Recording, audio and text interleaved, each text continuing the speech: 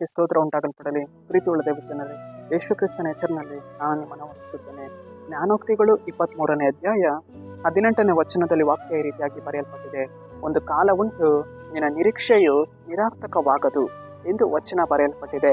ಅಂದರೆ ಪ್ರೀತಿಯುಳ್ಳ ದೇವಜನರೇ, ಕರ್ತನ ನಮ್ಮ ಜೀವಿತಗಳಲ್ಲಿ ಪ್ರತಿಯೊಂದು ಕಾಲವನ್ನು ದೇವರು ಏನು ಮಾಡಿದ್ದಾರೆ, ನಿರ್ಣಯಿಸಿದ್ದಾರೆ. ನಮ್ಮ ನಿರೀಕ್ಷೆಗಳನ್ನು ಪರಿಪೂರ್ಣ ಮಾಡುವುದಕ್ಕಾಗಿ, ನಮ್ಮ ಬಯಕೆಗಳನ್ನು ಪರಿಪೂರ್ಣ ಮಾಡುವುದಕ್ಕಾಗಿ ಕರ್ತನ ಒಂದು ಸಮಯವನ್ನು ದೇವರು ಏನು ಮಾಡಿದ್ದಾರೆ, ನಿಗದಿಪಡಿಸಿದ್ದಾರೆ.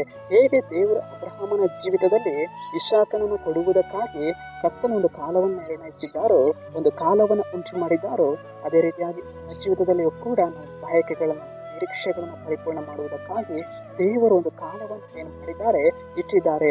ಆ ಒಂದು ಕಾಲದಲ್ಲಿ ನಮ್ಮ ನಿರೀಕ್ಷೆಗಳನ್ನು, ನಮ್ಮ ಬಯಕೆಗಳನ್ನು ದೇವರು ಏನು ಮಾಡುವವರಾಗಿದ್ದಾರೆ, ಪರಿಪೂರ್ಣ ಮಾಡುವವರಾಗಿದ್ದಾರೆ. ಪ್ರೀತಿಯುಳ್ಳ ದೇವಜನರೇ, ಇವತ್ತು ನಮ್ಮ ನಿರೀಕ್ಷೆಗಳು ಪರಿಪೂರ್ಣವಾಗದೇ ಇರುವಾಗ, ನಮ್ಮ ಬಯಕೆಗಳು ಪರಿಪೂರ್ಣವಾಗದೇ ಇರುವಾಗ ನಾವು ಏನಾಗ್ತೇವೆ, ಸೋತು ಹೋಗ್ತೇವೆ. ನಾವು ಅನೇಕ ವರ್ತಿ ನಾವು ನೆನೆಸ್ತೇವೆ, ನಾನು ಇಷ್ಟೆಲ್ಲ ನಾನು ಪ್ರಾರ್ಥನೆ ಮಾಡ್ತಾ ಇದ್ದೀನಿ ಅಲ್ವಾ, ನನ್ನ ನಿರೀಕ್ಷೆ ಯಾಕೆ ಪರಿಪೂರ್ಣ ಆಗ್ತಾ ಇಲ್ಲ, ನನ್ನ ಬಯಕೆ ಯಾಕೆ ಪರಿಪೂರ್ಣ ಆಗ್ತಾ ಇಲ್ಲ ಎಂದು ಅನೇಕ ವರ್ತಿ ನಾವು ನೆನೆಸ್ತೇವೆ.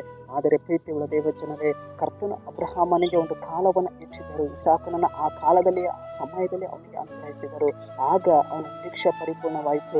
ಇವತ್ತು ನಮ್ಮ ಜೀವಿತದಲ್ಲಿಯೂ ಕೂಡ ನಾವು ನಂಬಿಕೆಯಲ್ಲಿ ಬಲವುಳ್ಳವರಾಗಿರುವಾಗ ದೇವರ ಆ ಕಾಲದಲ್ಲಿ, ಆ ಸಮಯದಲ್ಲಿ ನಿರೀಕ್ಷೆಗಳನ್ನು ಪೂರ್ತಿ ಮಾಡುವವರು ಆತನಾಗಿದ್ದಾರೆ. ನಾವು ಇವತ್ತು ಯೋಚಿಸುವಂಥದ್ದು ಬೇಡ. ಹೇಗೆ ಅಬ್ರಹಾಮನ ಒಂದು ಬಯಕೆಯನ್ನು ದೇವರು, ನಿರೀಕ್ಷೆಯನ್ನು ದೇವರು ಪರಿಪೂರ್ಣ ಮಾಡಿದ್ದಾರೋ, ನಿನ್ನ ಸಮಯದಲ್ಲಿ ದೇವರು ನಿನಗೆ ಸಹಾಯ ಮಾಡುವವರು ಆತನಾಗಿದ್ದಾರೆ. ಸರಿ, ನಾವು ಪ್ರಾರ್ಥಿಸೋಣ. ಅಪ್ಪ, ನಿನಗೆ ಸ್ತೋತ್ರ ಸ್ವಾಮಿ. ಈ ವಾಕ್ಯ ಭಾಗ ಸಂದೇಶವನ್ನು ನೋಡ್ತಾ ಇರುವಂತಹ ಜನಗಳು ನಿನ್ನ ಜನರ ಜೀವಿತದಲ್ಲಿ ದೇವರೇ, ಅವರ ನಿರೀಕ್ಷೆಗಳನ್ನು ಪರಿಪೂರ್ಣ ಮಾಡು ಸ್ವಾಮಿ, ಬಲಪಡಿಸಿ ನಡೆಸು ದೇವರೇ. ಅದಕ್ಕಾಗಿ ಸ್ತೋತ್ರ ರಾಜ. ನಜರೇತಿನ ಯೇಸುವಿನ ನಾಮದಲ್ಲಿ ತಂದೆ, ಆಮೆನ್.